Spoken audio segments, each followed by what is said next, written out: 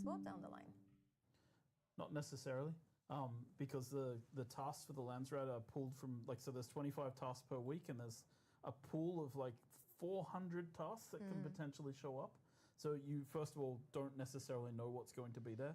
Unique weapons doesn't actually influence everything. Some of the tasks are kill tasks. You don't know which tasks are going to be revealed first. You also have to bribe Landsrat envoys with spice to reveal tasks. And if your faction does it before the other faction, you'll see, okay, we need to do this. So you might just get ahead because you had more spice or whatever. It's not going to come down to unique weapons. Absolutely not. That's not going to be the thing that means that one side gets a sudden landslide kind of advantage. So I think that's the best way to answer that, I think, from my perspective. I think that's a great answer too, and I think it just goes again into people are a little bit too afraid that everything is about PvP and fighting endgame, and that's absolutely not the case. Yeah. And hopefully we explained that a little bit today as well for people to feel a bit more like relaxed about that, or disappointed, depending. Dr. Evil Eye, is there any content or materials that are hidden behind PvP, meaning that the only way to obtain that item gear material is to risk losing to large guilds? I wouldn't say hidden, but yeah. Like you can. The Deep Desert, which we just explained, is a place where tier 6 gear is, like items and materials for crafting those things. You need to go there to get those things. You can buy them off the exchange. You can trade for them with other people, but yes, you have to go to that place in order to get those things, and there is a risk of people attacking you when you're in that place. We tried to explain that this is a very large place. It's not going to be possible for a guild to cover the entire space. It's just not going to be possible. Yeah. I think guild limit's 32. The guild limit is 32 people. Yeah. So one per kilometer, maybe, if they stretch across. Yeah, they'd have to stretch all the way across. And even then, I think there's all kinds of tactics and ways to draw them off. And I don't think it's going to be a problem. There are potentially hundreds and hundreds of people that can be in the Deep Desert, right? Yes. So one guild would be outnumbered by 100 people. Again, if you want to rat, you can rat. Yeah. Like there's options, right? And also, like the tier 6 gear isn't required for the story or for anything that's having to do with like a basin, right? It's sort of just the Deep Desert loop. But we can't tell people that they can't get to the top number go up because they really people always want that. So so it's there are other ways to get it. Even though it's not required, you I know people are going to want it. I feel like it makes sense though, because those people who really care about the highest level tier are probably the PvPers, and they want to be in the Deep Desert in the first place. So I feel like it's kind of a natural balance there too. Hopefully we also have, like, I think there's this weird. I speak to a lot of people in our closed beta and our Discord, right? And I see that, like, there's people who kind of assume that everybody who is a guild in PvP is going to be this toxic, sweaty kind of. And I think it's going to be the opposite. I think we're going to have the good guy guilds who are out there actually protecting people and like helping people out. I've seen it in the beta already. People, I got lost in the desert, and people would come help them, give them rides home, like give them more gear. I've seen people in the beta like just give other people an ornithopter when they lost one because of a bug that was in the game from our end. They're like, "Oh, do you want an ornithopter? I have a spare one." Right? It's great to see, and I think that people worry too much about toxicity. Hopefully, we'll keep track of it, of course, but it should be fine. And you have one player for the entire world, right? So and you are your name, right? So you will have some sort of reputation. Yeah, exactly. There's that as well. Yeah, as a callback to more old school MMOs that I grew up with, like EverQuest and all those. But anyway, so we have 2 more questions. Fort Team is asking, do you need a sync chart for each person in your guild? Yes. You need to create a sync chart for every person who's going to want to reveal those things that you've got in your sync chart. They're single-use items. Yeah, they're single-use items, consumables, once you've created them. And last questions. Neo Valkyrion, can ornithopters carry other ornithopters? Yes, they can. They can indeed. They can indeed. I was playing it earlier. I was flying around carrying a medium ornithopter with my They can pick up pretty much anything. Yeah. And again, they have anything passengers vehicular. too. Yes, vehicular. Can't pick up people. No. Unless they're inside. They're sitting inside a vehicle. All right. So that was it with the questions for today, and also for our last developer stream before Head Start and the official release. I'm like still like how. Okay, so like 7 days, how 8 do days? how do you boys feel, gents? Me How do you first? feel? Go, Scott. Pretty good, right? Pretty good? So beta went really well from our perspective. The tech was stable, and that's what we're always worried about. Because we knew the game was pretty good, or we thought the game was really good, so, right? Yeah. And all the tests we had run showed that. But we were a little fearful, that tech would hold, and it went really, really well with the closed-ish beta, right? The weekend, the server crash rate was low, the client crash rate was within our acceptable tolerance, and we're fixing most of the issues that we found. So cautiously optimistic, right? Incredibly excited to show the entire game, and so yeah. I'm at 80%. How nice! Last week is always yeah. It's 5 years of your life, right? And it's like I think that's the thing that I think is like what I'm not sure people understand. Is like when you've been living and breathing this kind of thing for 5 years, and then like you see the game industry is volatile. Yeah. Things don't go well for people. We have a team of that I love to work with. We have a team of great people that we've built over the last years, and it's like it isn't about like success in the sense of like I just want to say that like it is a game that I think is great, right? And I've played it and I kind of know that it has a lot going on, right? And I think it works well. And from the beta, we got some confirmation of that. But I want my team to be together making games for a long time, right? So for me, this is like I'm nervous about that, right? Like the gaming industry is not a safe place anymore, right? It's not easy to guess what's going to be successful. Yeah. I mean, I'm watching things and like you see things that are fantastic from small teams going great, like and there's been some fantastic games this year and games that you wouldn't have predicted coming out of nowhere, like Schedule 1 is a great one, but also like Clair Obscura, I'd heard of it, but I hadn't heard of it until really it blew up. And so you see these games, these huge successes. So I think it's like you don't want to have the arrogance to think that you could be among that, but you hope. And that's kind of where I'm at least. I'm hoping we strike a vibe. I'm hoping that all the decisions that we made, and there's 10,000 decisions on a gaming project, right? There's 10,000 decisions, and every one of them is about moving towards a goal, right? Towards a vision, a creative vision, a vision of a universe, a vision that a guy created in 1963 when he wrote a book, right? And that's, I don't know, like I'm extremely nervous, but that's what we're trying to get to, right? And that's, I hope what people feel when they play the game is, okay, you nailed it, right? Like that's what we want. And I feel like we've made an amazing Dune game, right? Yeah. And it's the first where you're walking right on Arrakis. You're experiencing Paul's journey. We're skipping 2001's Frank Herbert's Dune, sure. But for me, right, in a modern sense anyway. So it's and we have. Okay, thank you. People saw a really short glimpse of it in the beta, but there's so much more going through the rest of Act 1 and Act 2, right? Playing through that, and there's this long story that we want to tell over the Lex. You said 10 years, right, on the thing, so I'm seeing that. So we have a long story. We want to continue releasing updates, every 3-4 months with additions to that story, in addition to the DLCs that we're going to come out. So when you buy the game, you're getting everything here right now, plus all the story content that we'll continue to release over the next years. So we're excited. It's a lot of pressure, but we'll do fine. There's no guarantees in love and war, but you know what? I'll say this for the record. I'm really proud of our team and what they've done. And like, no matter what happens, all of them can hold their heads up high because they have worked really hard to bring this to fruition. Absolutely. Shout out to our teams, the many teams that work on this game with all different departments. Every department. And absolutely, it's a beast of a game. I think we can say that. Yeah. And I'm actually getting goosebumps now. I'm sorry. I'm actually getting goosebumps. I'm sorry. Anyway. But I think that's a wonderful note to end this, again, last developer stream. Yeah. Yep.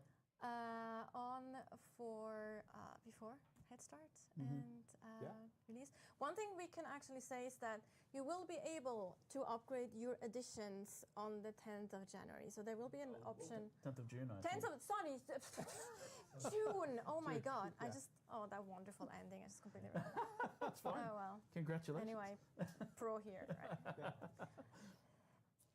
Yes, so 10th of June, when the game goes into full release, you will be able to upgrade your editions, should you want to do that.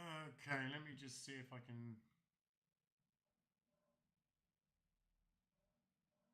I've done it. It doesn't matter. It's up. Good.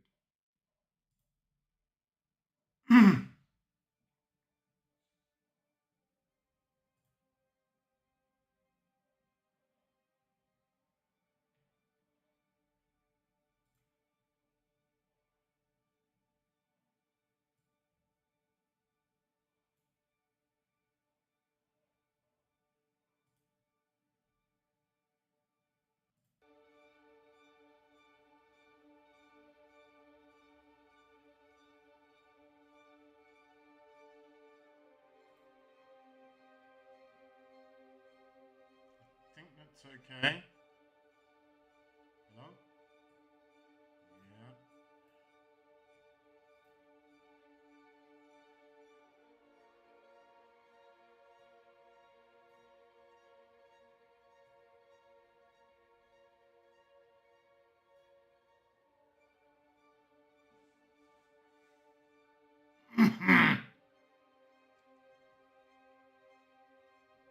Wow. Okay. I'm finally excited.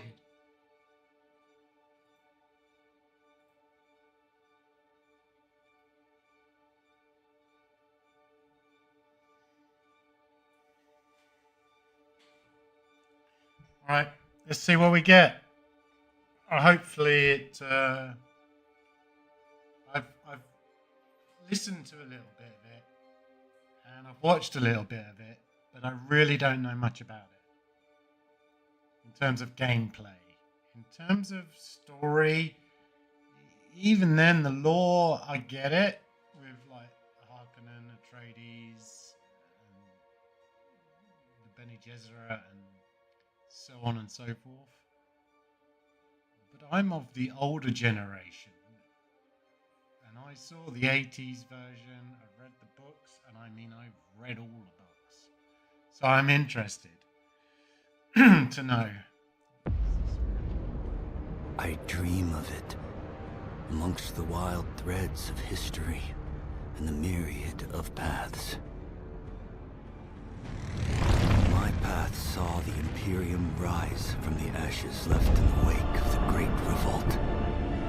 Thou shalt not make a machine in the likeness of the human mind. With that commandment, new avenues of human potential were explored.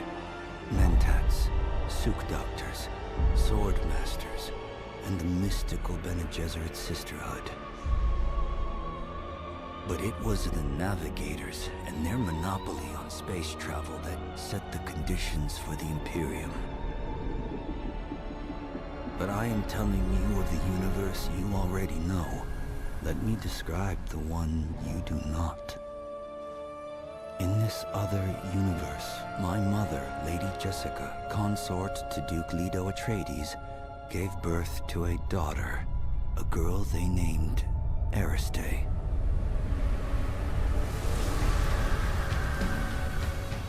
Because of her obedience to the Bene Gesserit, Lady Jessica is trained as a truth-sayer. Because of that training, Lady Jessica was able to detect Dr. Yue's deception. Because of the forewarning of his betrayal, House Atreides survived the Battle of Arrakeen. Because of their survival, the Emperor declared a full-scale war of assassins. Because of the war, the Sardaukar were deployed to ensure spice shipments continued without interruption. Because of the Sardaukar, the Fremen were eradicated. There was no Muad'Dib, no Lisan al-Gaib, no Kwisatz Haderach.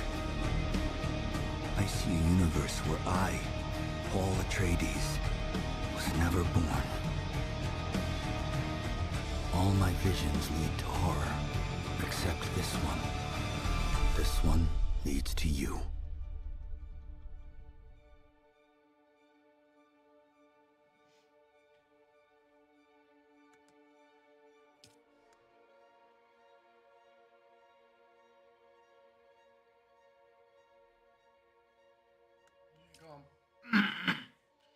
give you permission.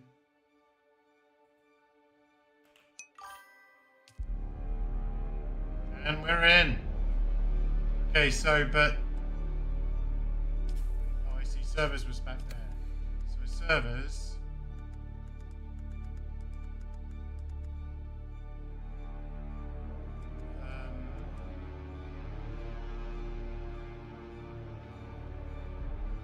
Glacier.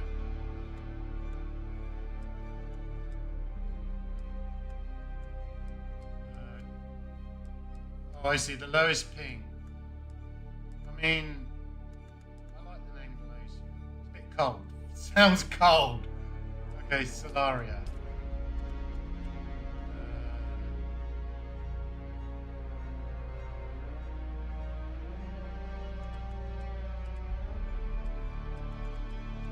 Fine.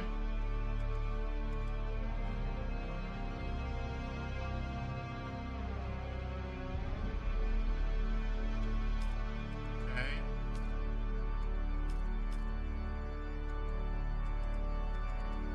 Let's see, so maybe we come down. Should we see what's close? Where are we? Let's try Galacia. Alarab. Ramal. Ajar. Egg. Sandrat.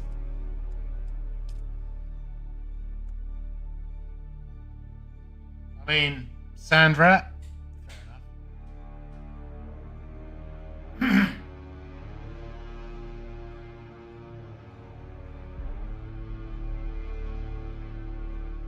Connecting.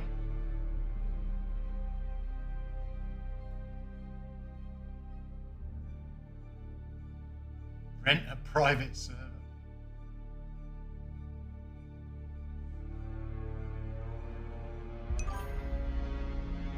The intro was really good because it gets away with not being completely Dune. In other words, there is no Paul Atreides, any of what is Dune. It's based on Rey.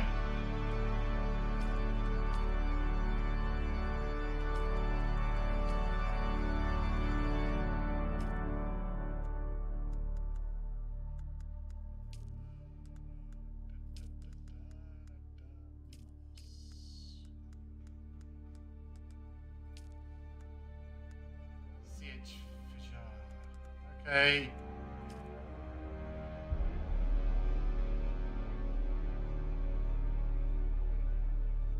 It's taking a moment to connect.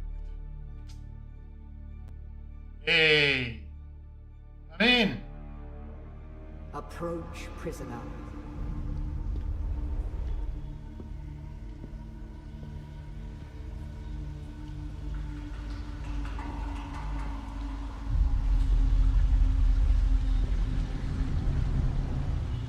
Show yourself, child.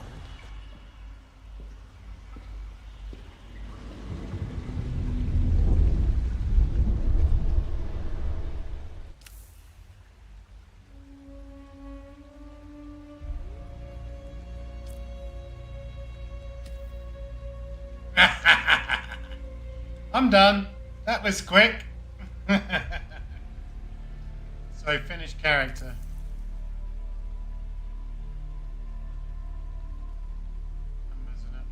Okay, so Pete Mo is in. It's not very into the game. Guided Dune Awakening features a guided journey that unlocks the research menu until certain steps are completed. Advanced survival players may prefer to unlock the research menu from the beginning.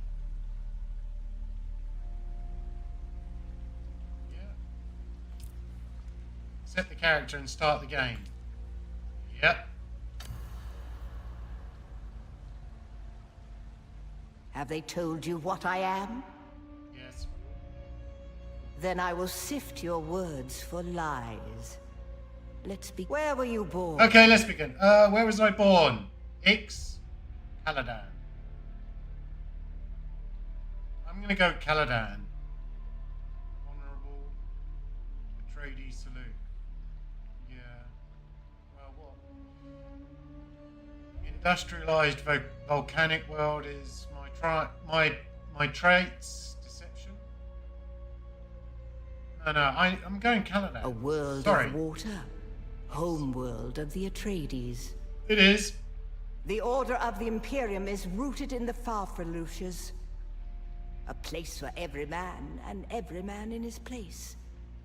Where is your place?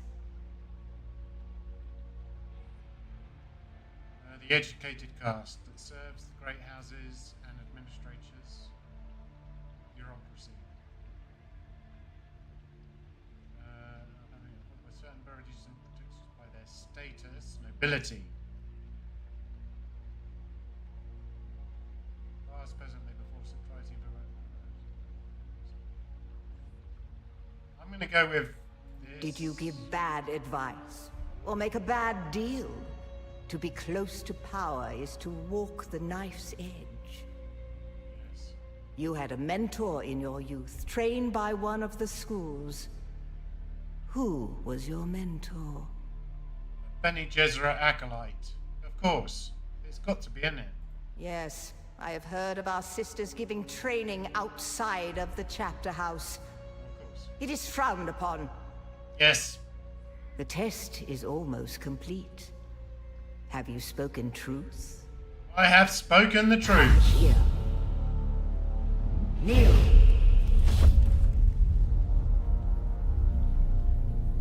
Put your hand in the box.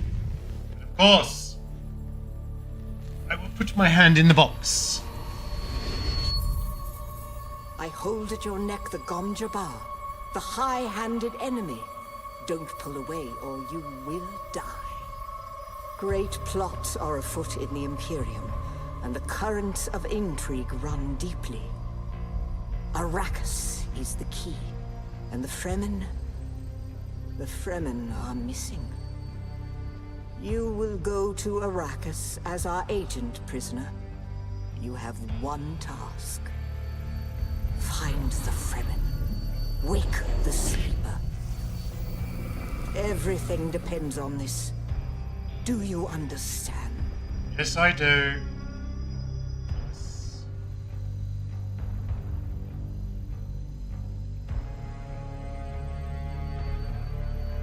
Good. You speak truth. But here is the rest of it. There is only one rule. Keep your hand in the box and live. Withdraw it and die. An animal would gnaw off its own hand to escape the pain. And we can only be served by humans. Find the Fremen. Wake the sleeper. You will know when it is done.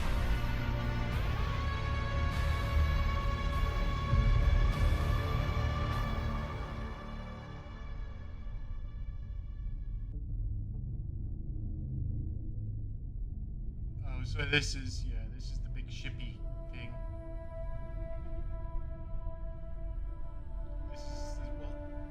This needs the spice.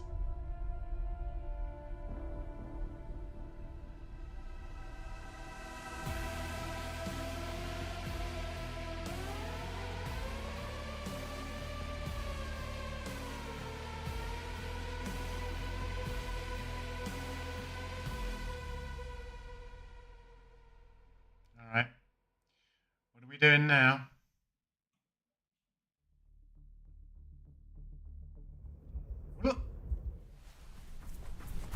Okay.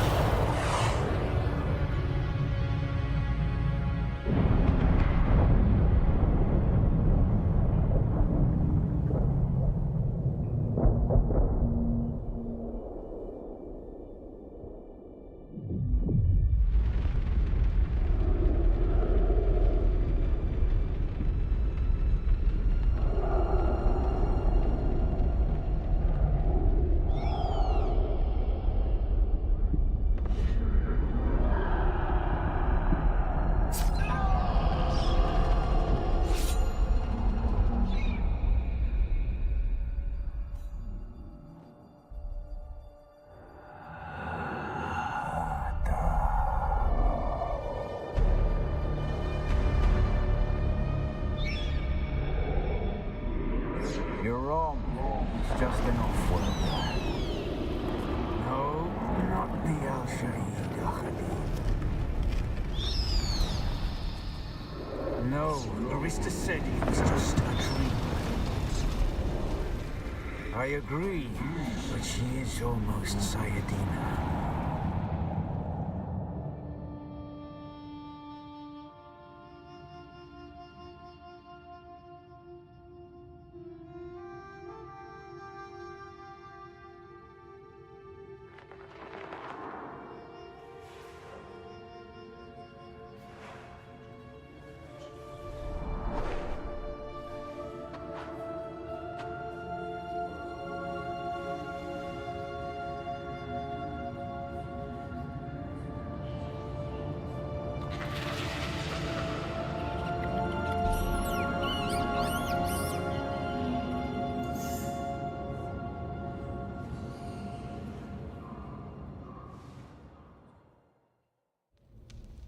Okay.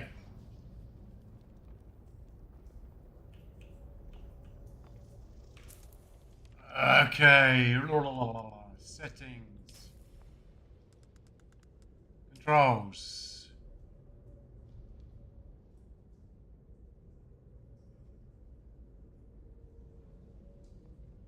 Okay.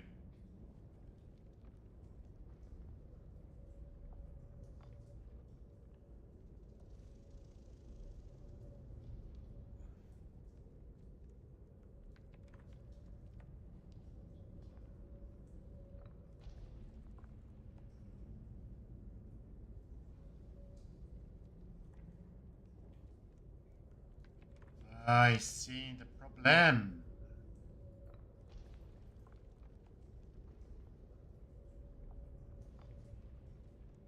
This ain't gonna work, is it?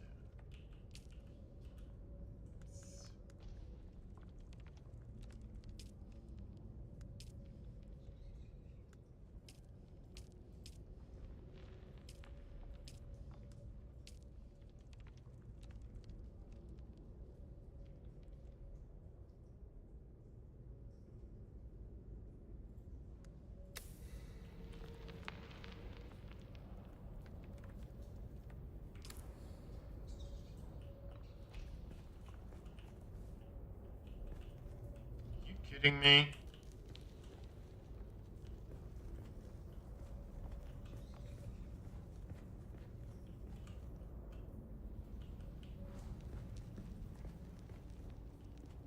Can I not completely reset my binds?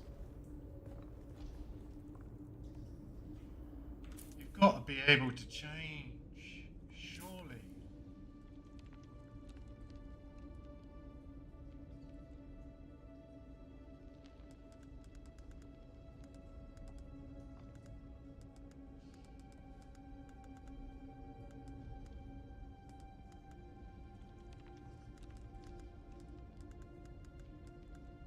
Keybinds. Aha!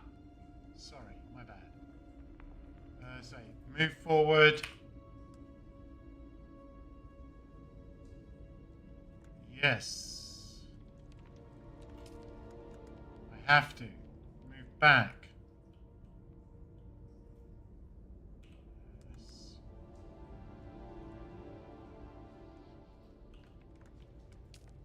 Q, D.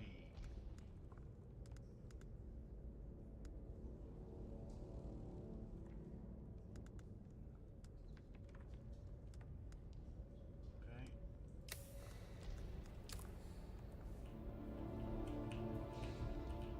Lila. Why can't... Oh, this is going to be fun, isn't it? Move forward. Z.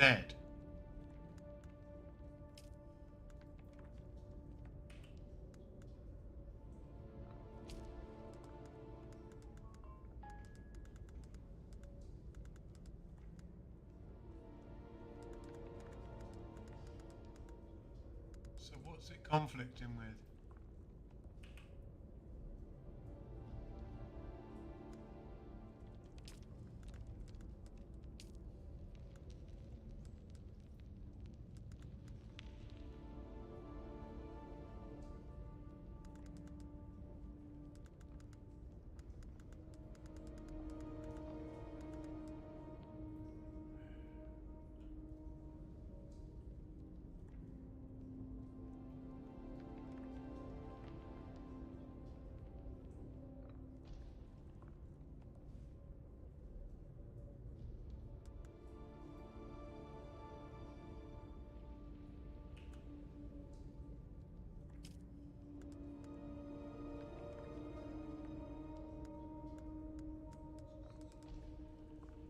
Okay, this is vehicle, isn't it? Combat.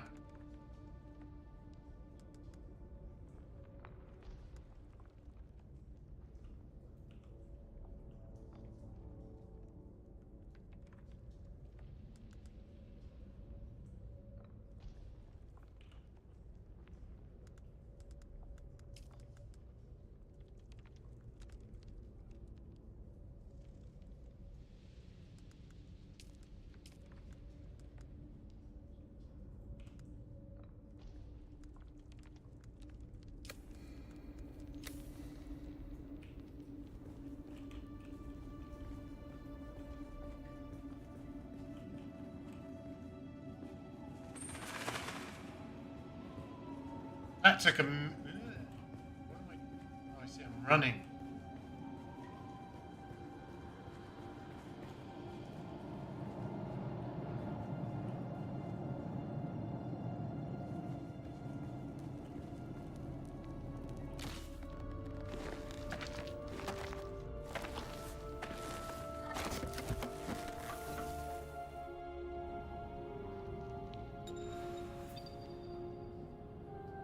B. Okay. So what do we got in here? Scrap metal. Makeshift. Designed by necessity. Okay, so craft it. Oh, I see.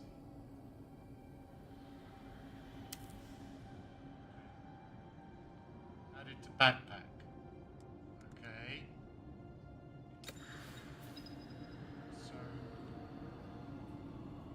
1.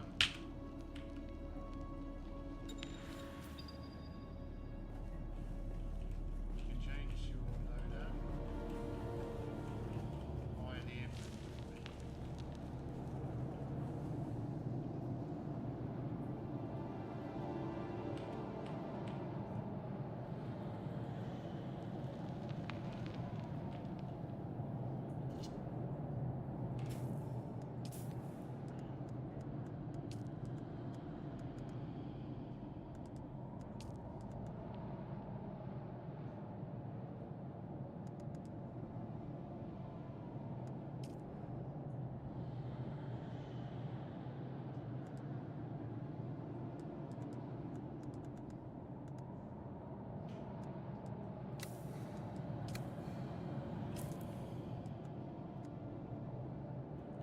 I for inventory, that'll do.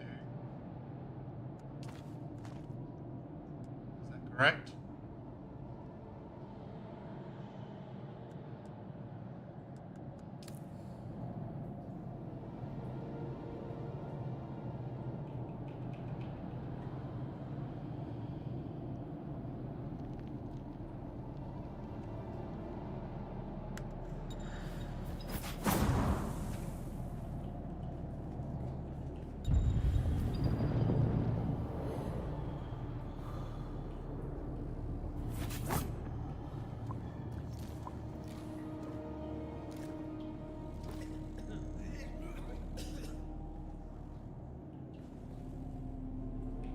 So it's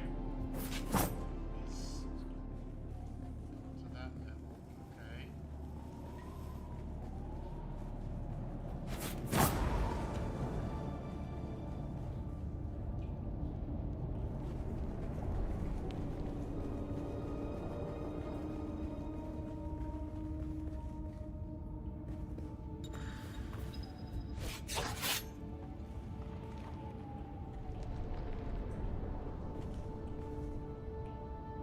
Pressing E.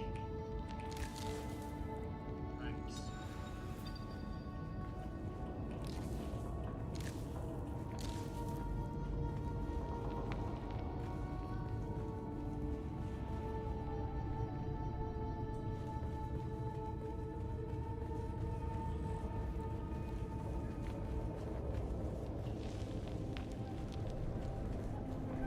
And now what?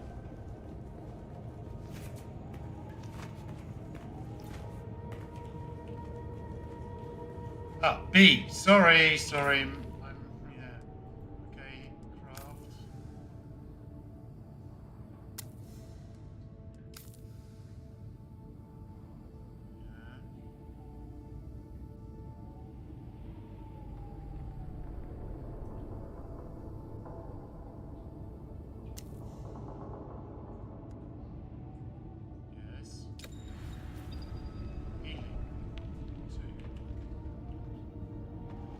In my case, it's not, is it?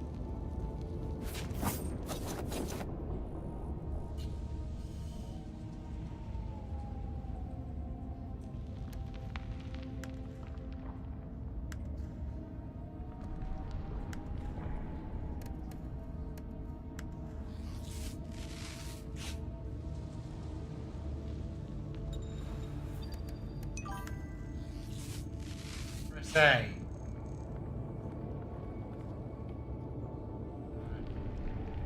Climbing.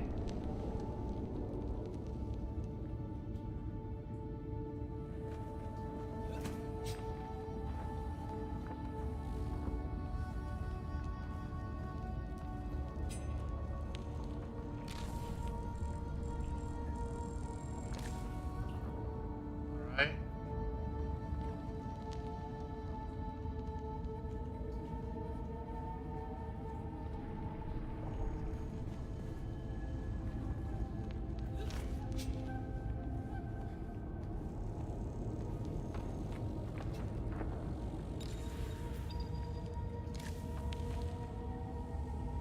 Stamina drains.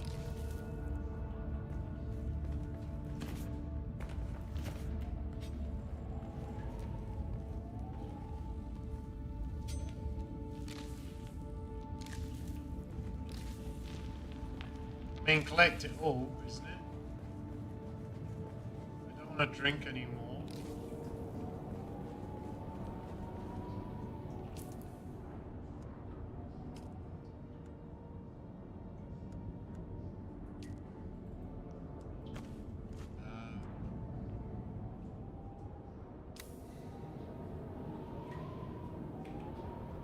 Well, that's the inventory crafting.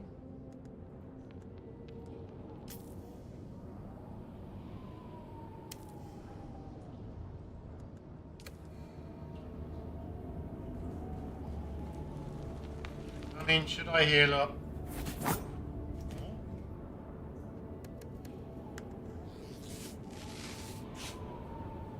And again, oh yeah, so that's full. Whew. Okay.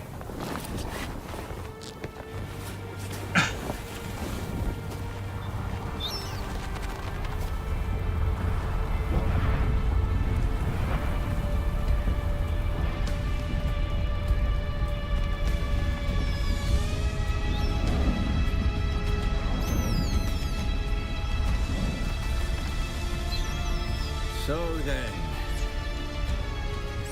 you're not quite dead. Now you will know a thing that few but the Fremen have seen. For many, the last thing they saw before they were slaughtered.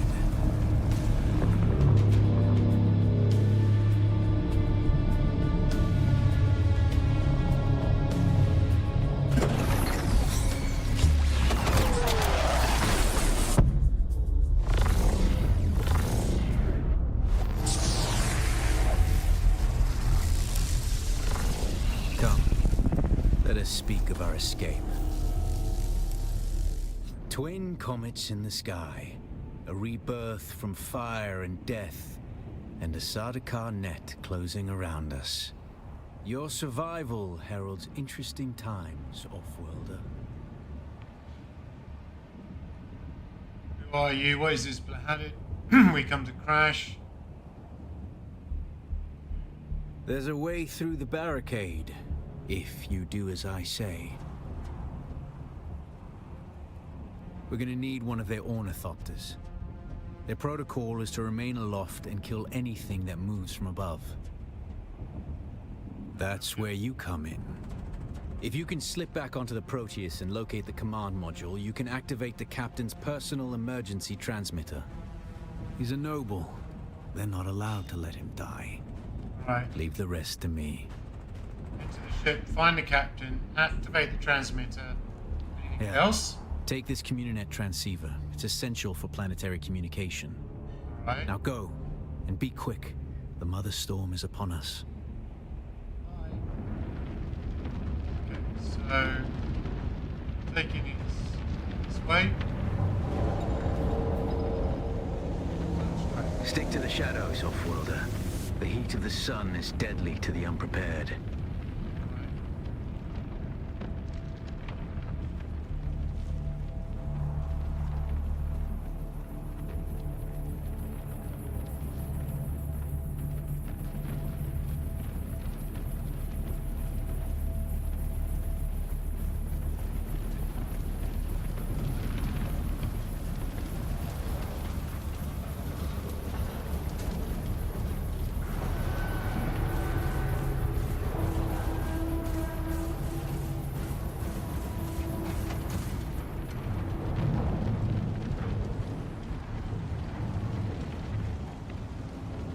The guards have sealed themselves inside. Search the prisoners for a cut array. And Offworlder, be careful.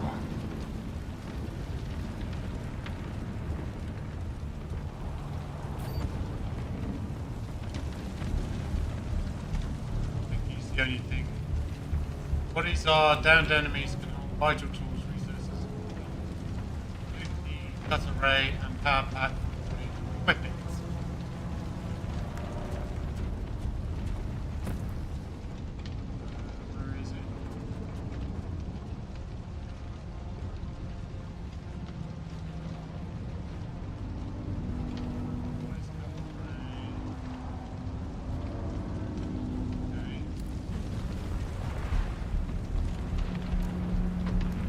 The cut array is primarily a mining tool, Offworlder.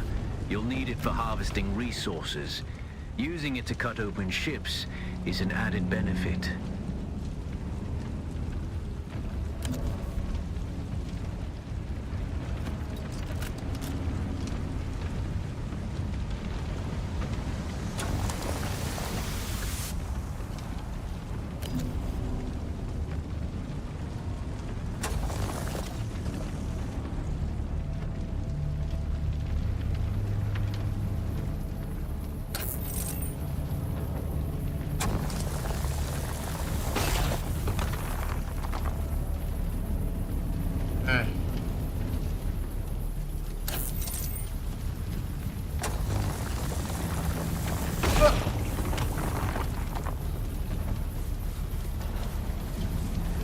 The captain's room is blocked by a pentashield.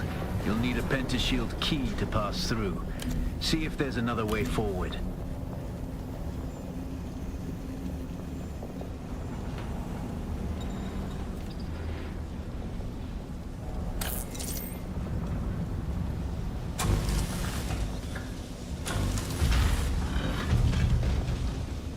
There is an energy rating on, right? Okay. Ready your weapon, Offworlder. The guards won't hesitate. Neither should you.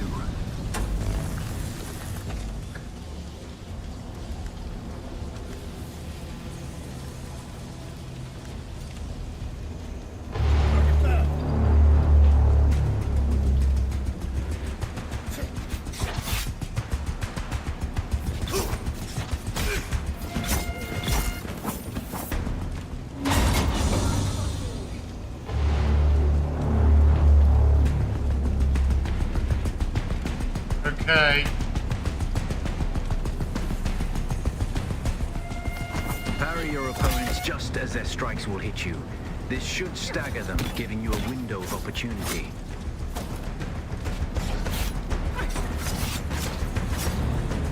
Hush! Be over soon.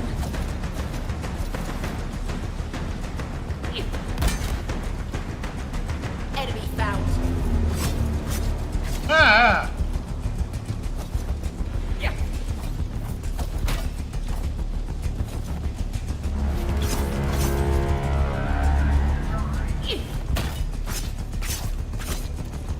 You're dead.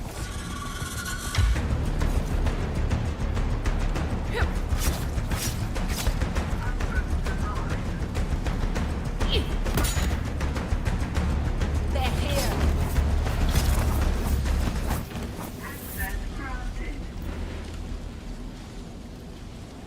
Okay. Probably a good idea. Crap, wasn't I? Yeah. Nothing on this one. Ah, through the green? There's nothing in here. I hope. Right. Through the green.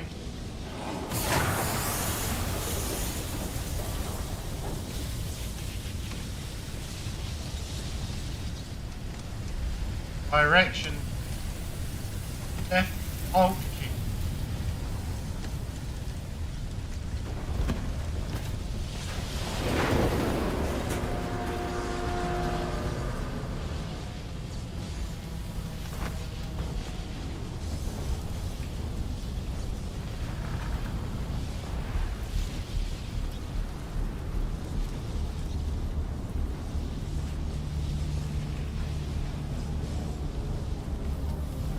Having your hydration level above 1/3 will give you a bonus to stamina.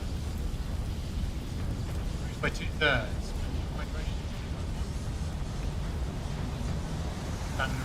Okay, that's obvious.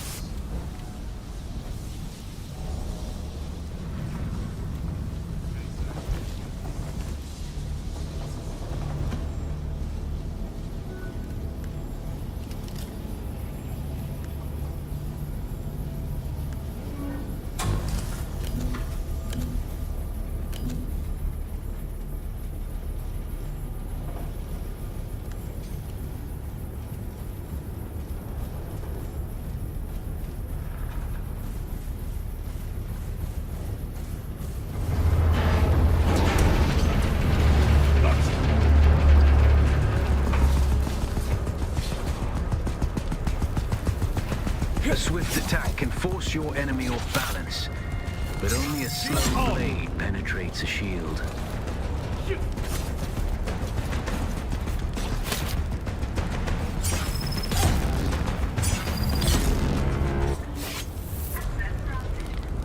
Okay.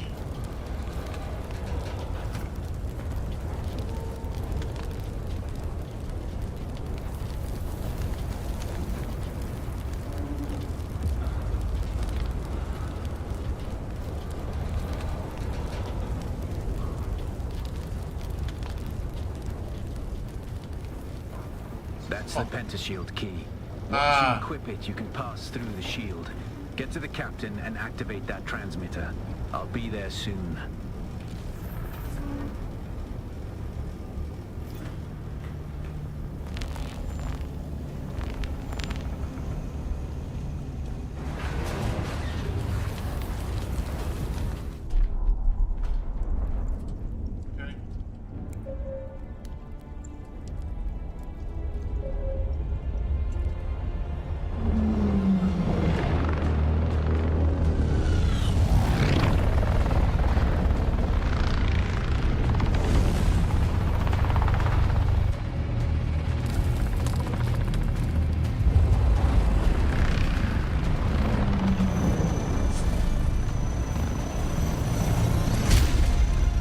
We only need the leader.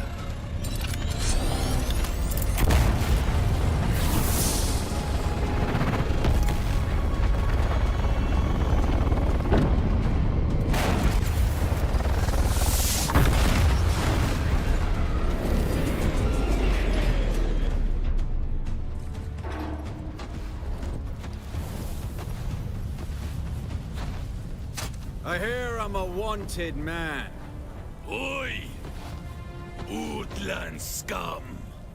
I man tukta lasto breg ada hung unvalo arsund. De dia abada. I know. That's why I brought you here.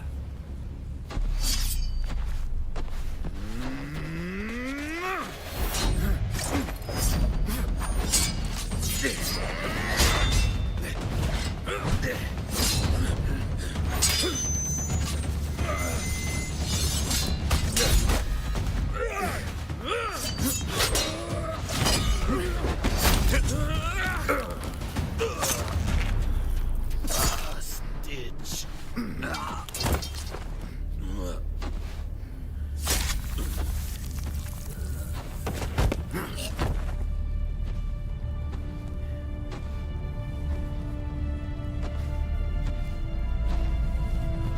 Thopter will have the codes to get us through the barrier.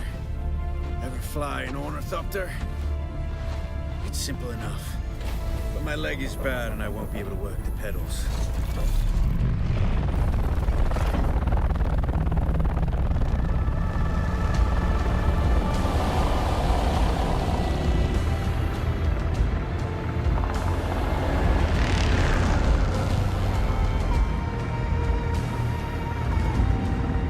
Get ready.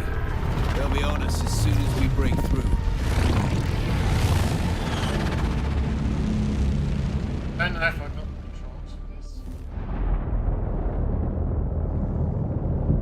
There's too many! Turn us into the storm! They won't follow.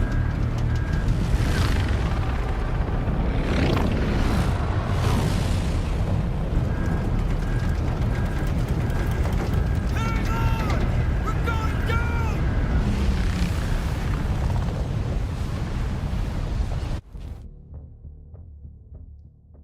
Sub-thief console allow staking a land claim on the surface of Arrakis, such as stake creates a tax obligation to Surida, governor of the planet. Get up, Offworlder. I couldn't wait for you. But now you need to run. The sandworm is coming. Run! Now! I think I would, but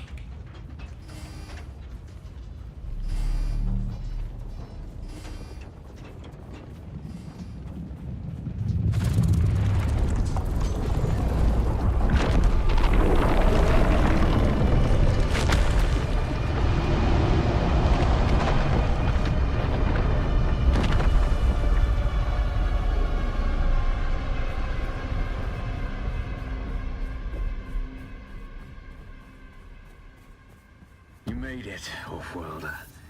Catch your breath. When the Thopter went down, the storm took us far off course. My leg is bad. I need to lay low and treat it before it gets worse. But fear not, Offworlder. Noctua can cover the ground between us with little effort. She will be my eye in the sky so I can continue to offer my sage advice and keep you on this side of the grave. Figure out how to craft yourself some clothing. That Maula outfit won't cut it out here.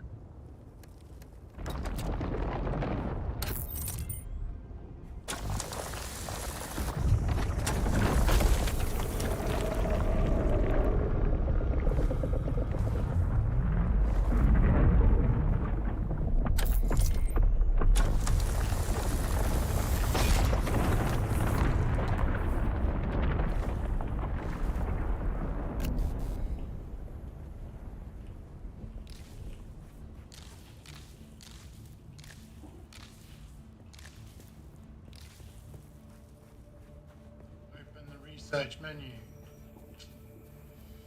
Okay. Blah. Okay, makeshift clothing is what we're going for first. Yes. You will gain knowledge of all the items above. Okay. Crafting. I see.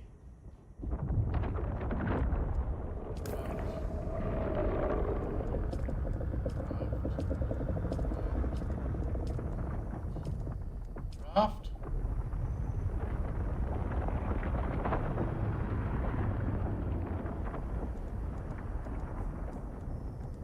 Okay.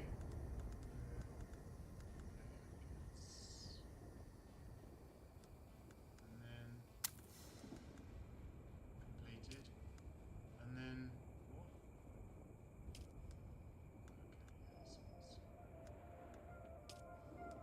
Okay, so. Do I now...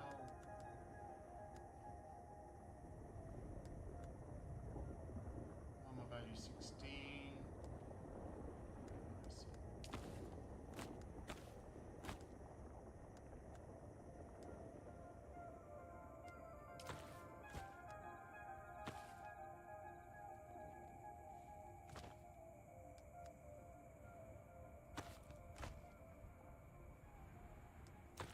The War of Assassins has left debris scattered all over this sector.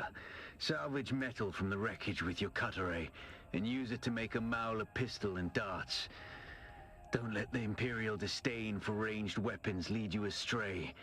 Very few people are foolhardy enough to use shields this deep in the sands, and that is to your advantage.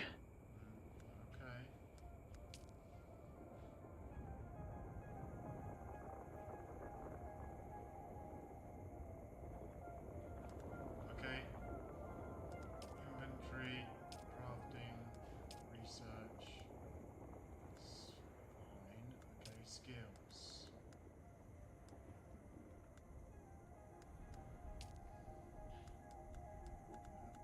Journey.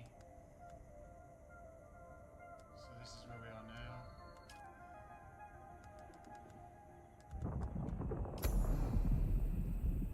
Research. Makeshift clothing. Yeah, I've done that. Getting equipped. Getting first range weapon. Salvage metal using the. Okay, so where are we gonna do that?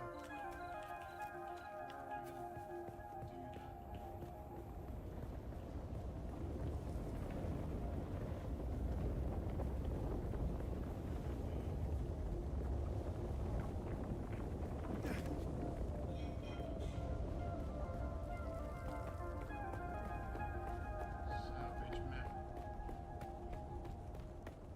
Alright.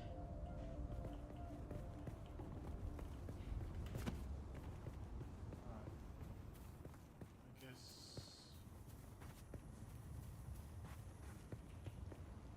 we'll head towards that thing anyway.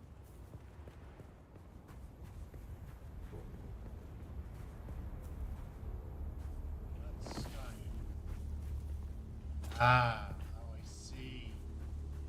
Aha. It's all around, isn't it?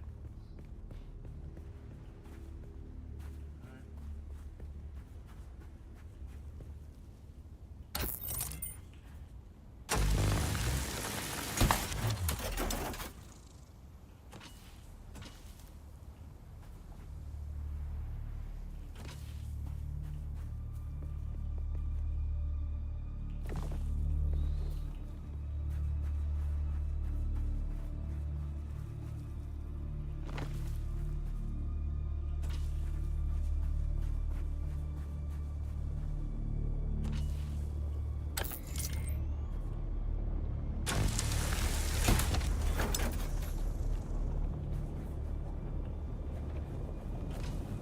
Okay, so now I can research.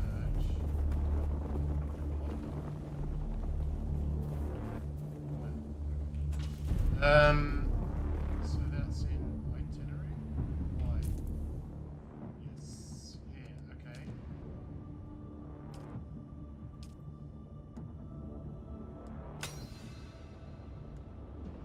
Okay, so now I can go to crafting, and then files, craft. Yeah. Craft. Okay. Close. Okay. Oh, craft 90. Why not? How many? How many at a time do you get?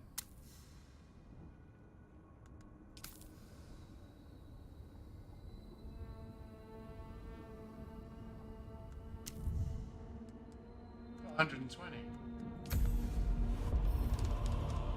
Yeah. So. Research the respawn.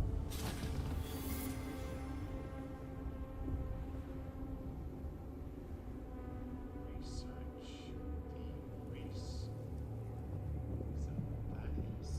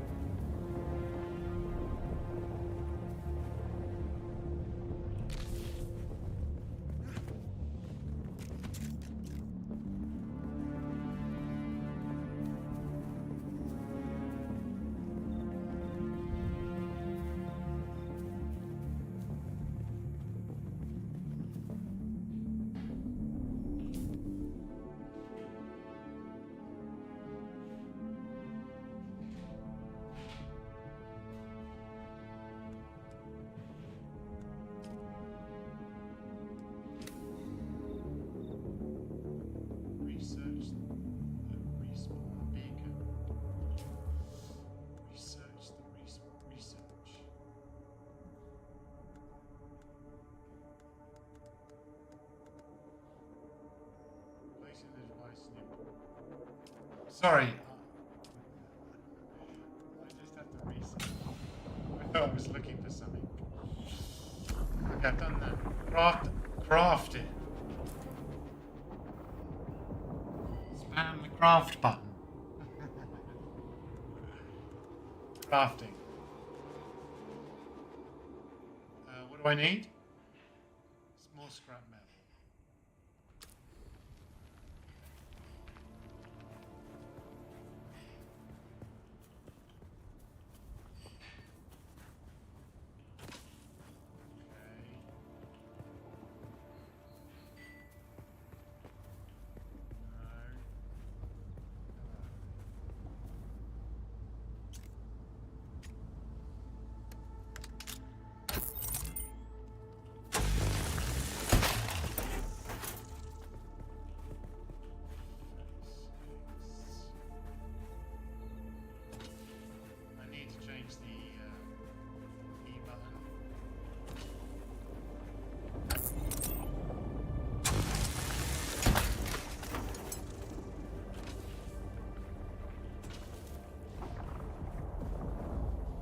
Got enough.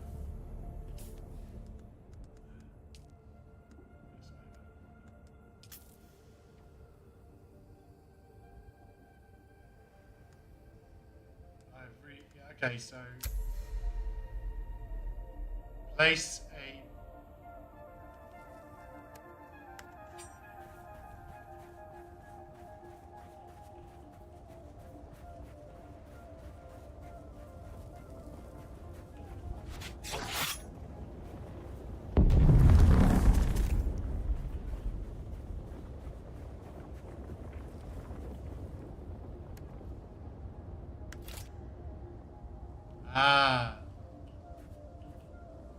This used to be Fremen territory, but the War of Assassins and the Sardaukar pogrom put an end to that. Now the sector is crawling with scavengers, fighting over the scraps of Imperium technology left in the wake of this so-called noble war. But that's to your advantage, Offworlder. Allow them to do the hard work of gathering the salvage, and then take it from them. Don't hesitate to kill them all. They would do the same to you.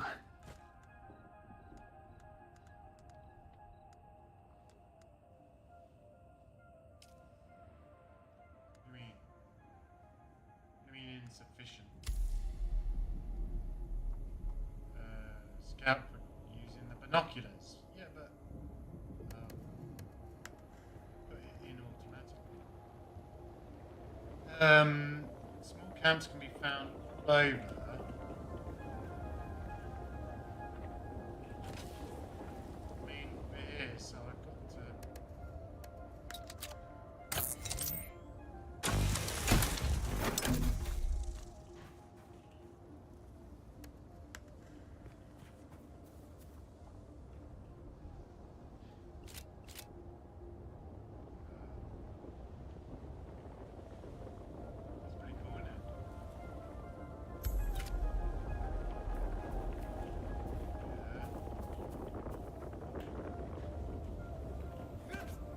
Go to the scavenger camp.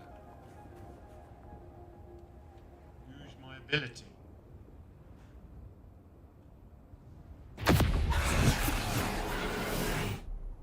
Okay. Kill the scavengers.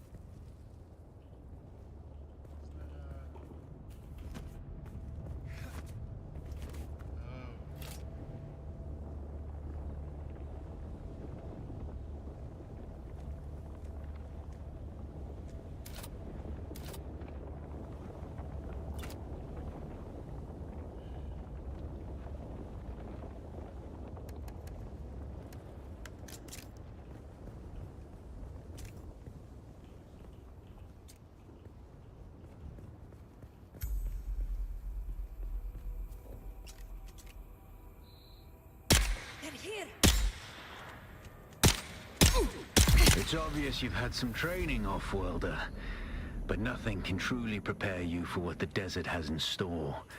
Hone your skills, and harden yourself to the violence you must do to survive. Remember, Arrakis will sharpen you, or kill you. Without a still tent, you're easy prey to the sandstorms that sweep across the desert. Those storms tear flesh from bone and shred metal like paper. Unless you'd like to share a cave with some scavengers, your best bet is to build your own shelter. Build a construction tool and place out a sub-fief console. You'll be claiming a portion of the planet's surface for your very own. Or rather borrowing it from the Emperor. I'm a little hazy on the specifics.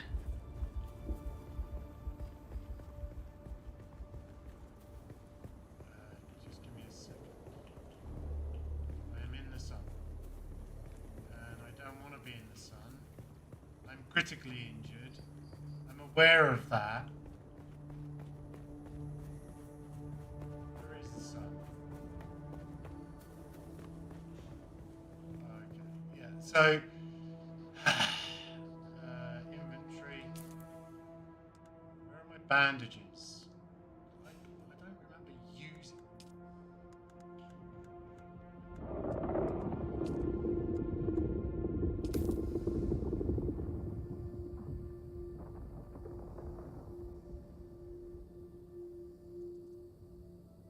We're just gonna make them all.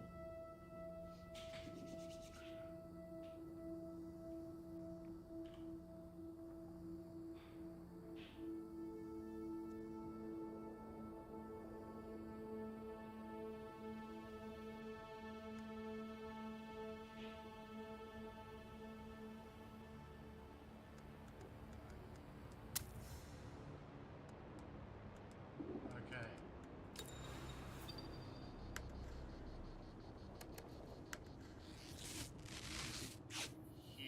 Oh, I see. I'm in the sun.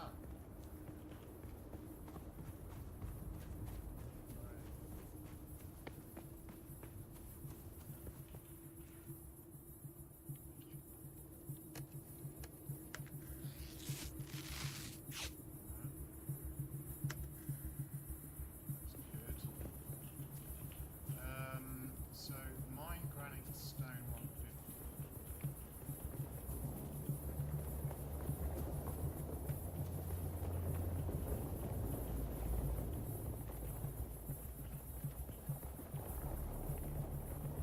Salvage metal.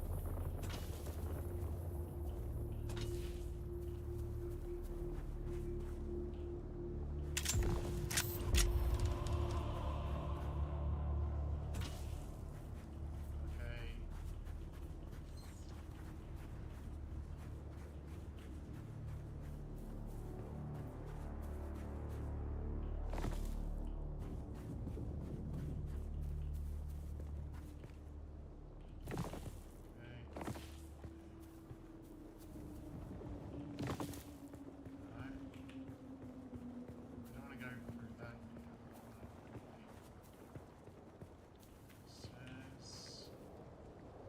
Screen like will let you know when you are suffering from negative effects. Yes. I appreciate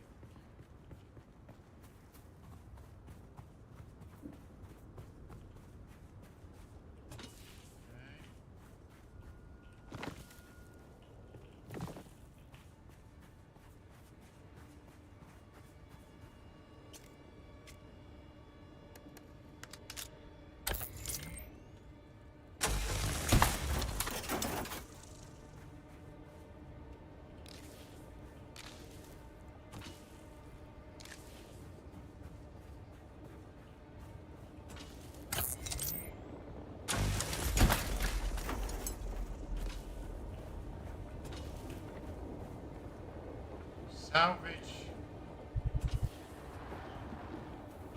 Parched.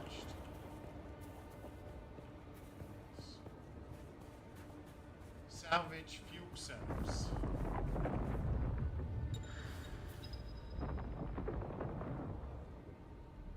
Hold T.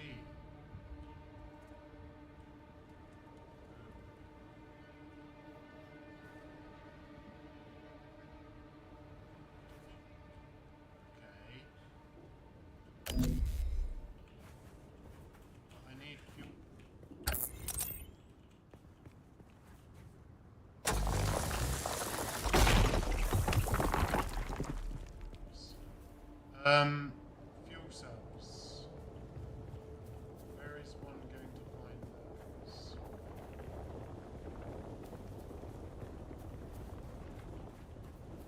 I guess in here.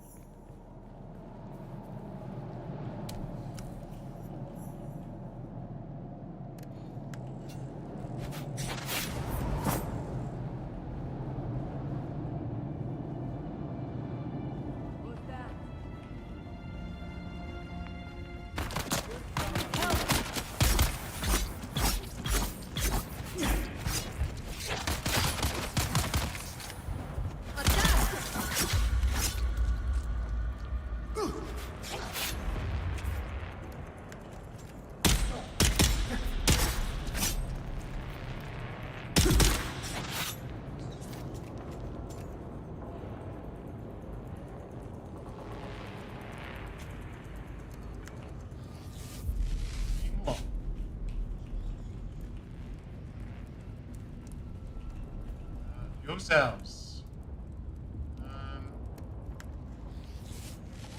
There is some water.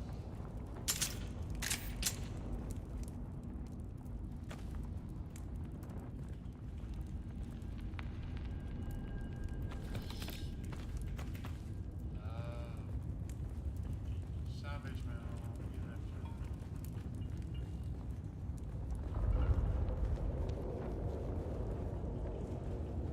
This one.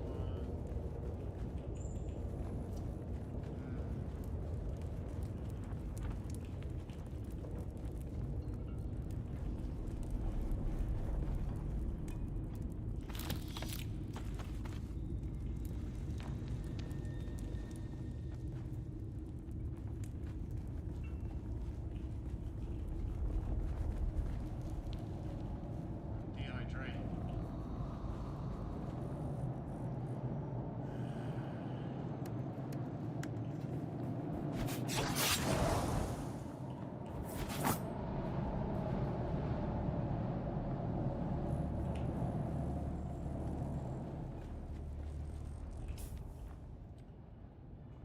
There's nothing I can do here, is there?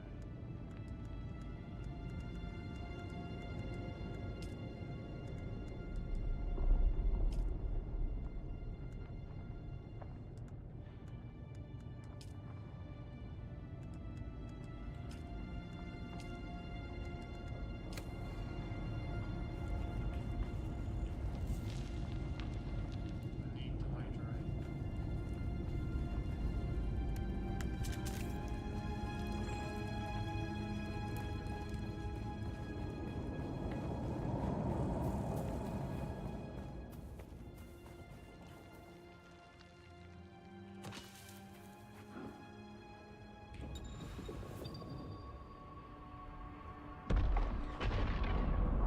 But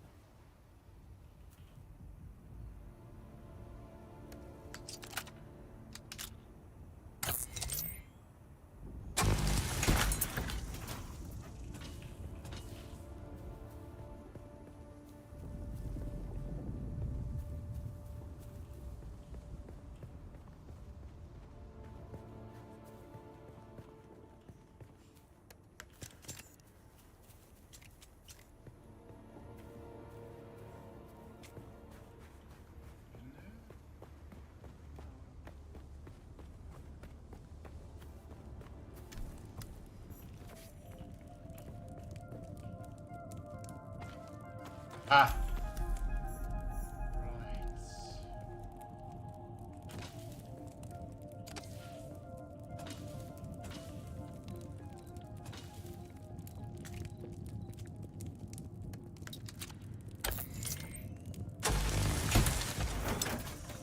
Research the basin.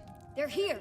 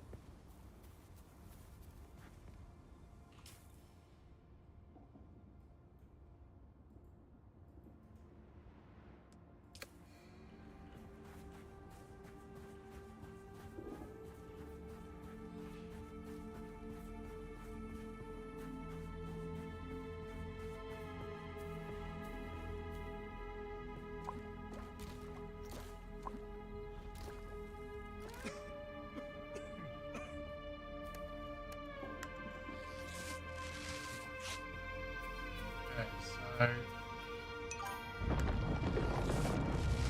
You can only drink a third.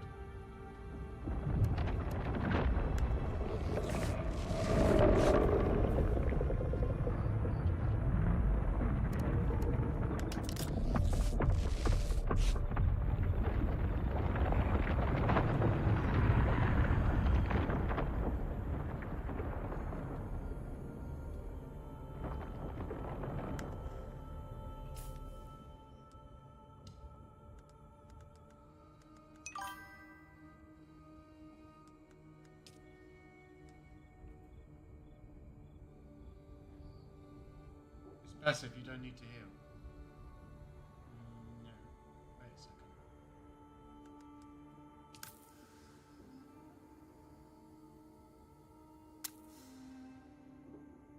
Added to my backpack.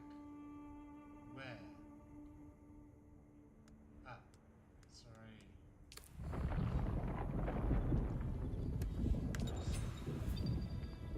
Sub-thief.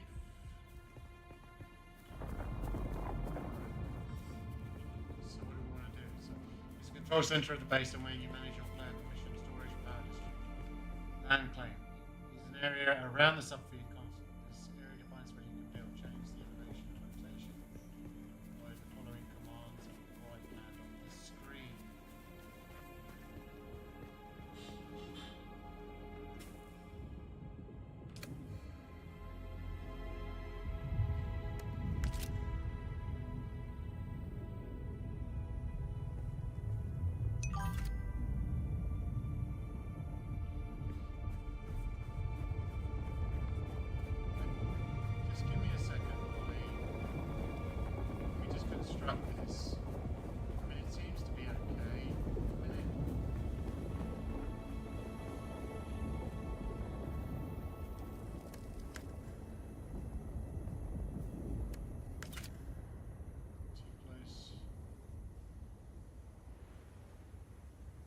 Congratulations. You are now the proud owner of an Imperial sub-thief.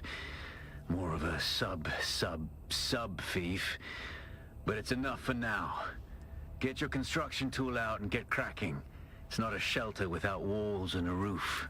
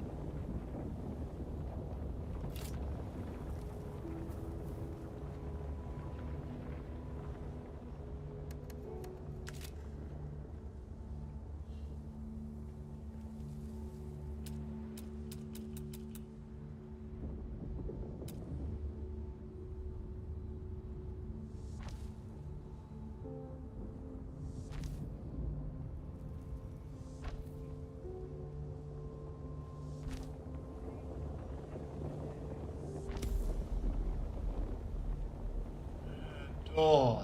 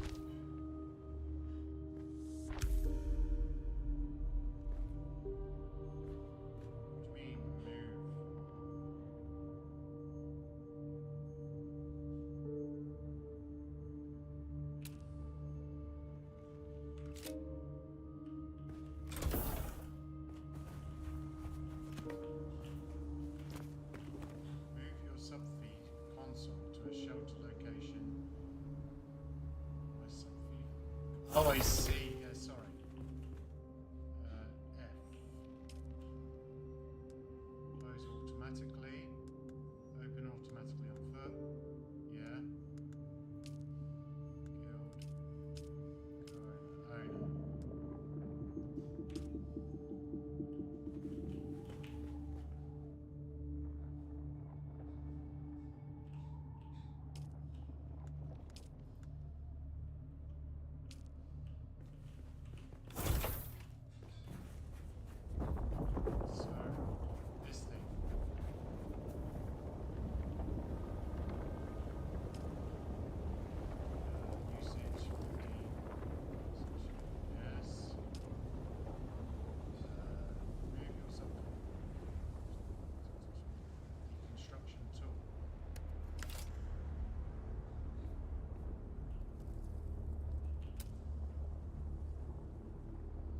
What?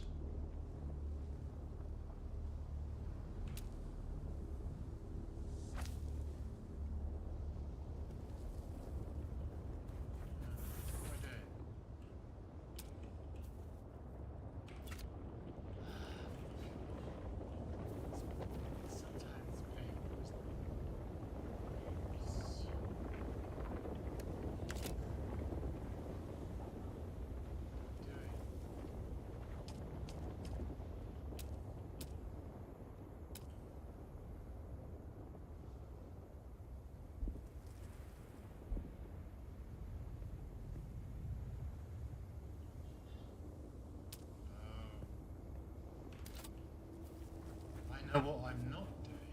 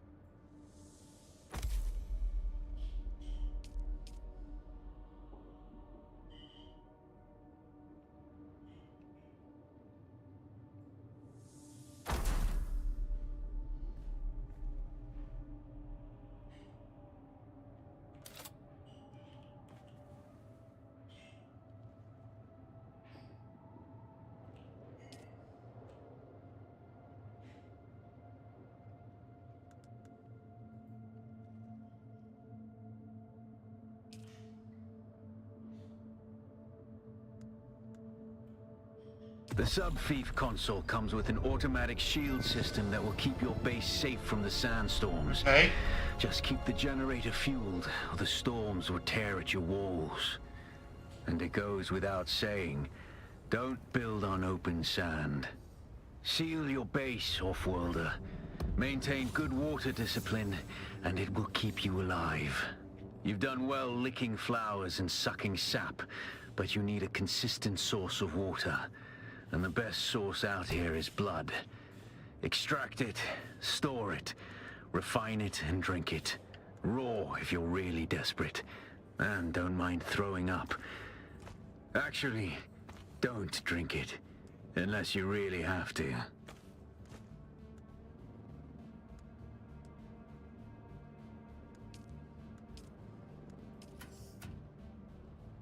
harvest. Permissions are managed by the Sub-Thief. Add players to the permission list and assign their permission level, set access levels on interactive doors, machines, etc. Players can only use an object if their permission exceeds the required access level. Okay, so go and harvest.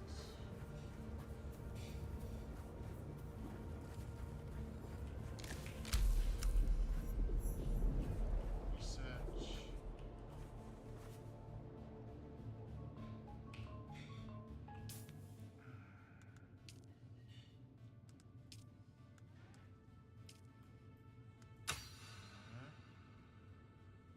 Craft it.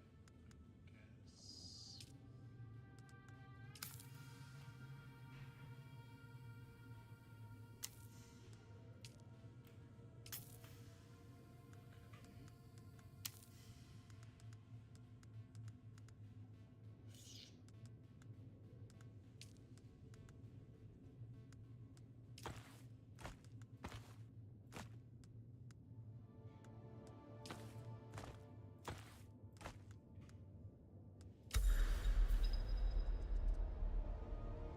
Map. Right.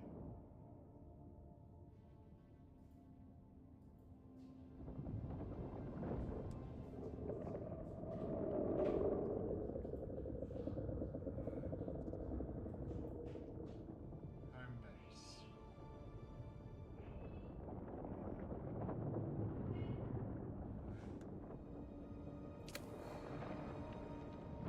Locate and kill scavengers.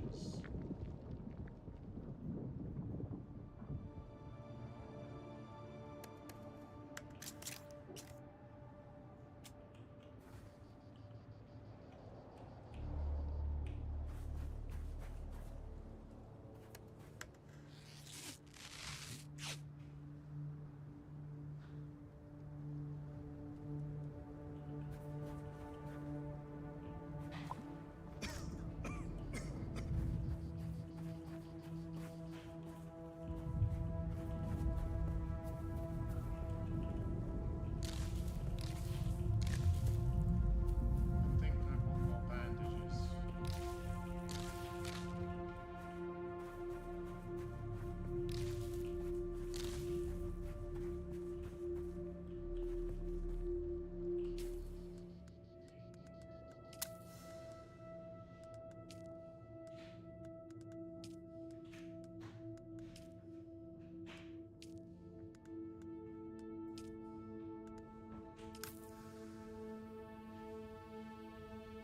Dune!